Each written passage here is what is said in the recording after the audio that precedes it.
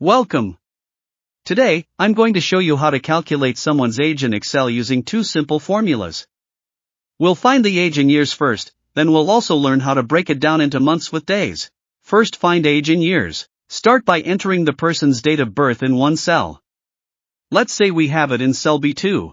In C2 cell, type the formula. Type equals .dateIf. Bracket open. Select cell value. Comma. Today. Bracket open and close. Comma. Double quote. Y double quote. Bracket close. This formula calculates the difference between today's date and the date of birth in years. Press enter, and voila! You now have the person's age displayed in years. Now find age in months with days. Again, start with the person's date of birth in cell B2. In D2 cell, type the following formula. Type equals DateIf. Bracket open. Select cell value. Comma. Today. Bracket open close. Comma. Double quote.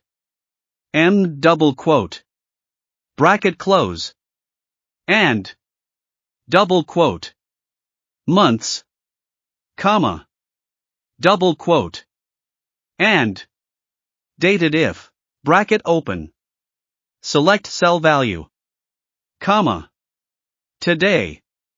Bracket open and close. Comma. Double quote. MD double quote.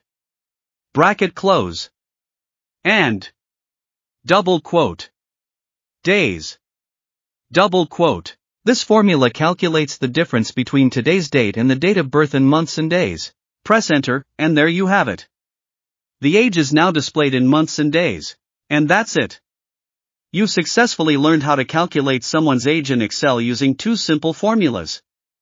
Feel free to use these methods in your own spreadsheets. If you found this tutorial helpful, don't forget to like, share, and subscribe for more Excel tips and tricks. Thanks for watching.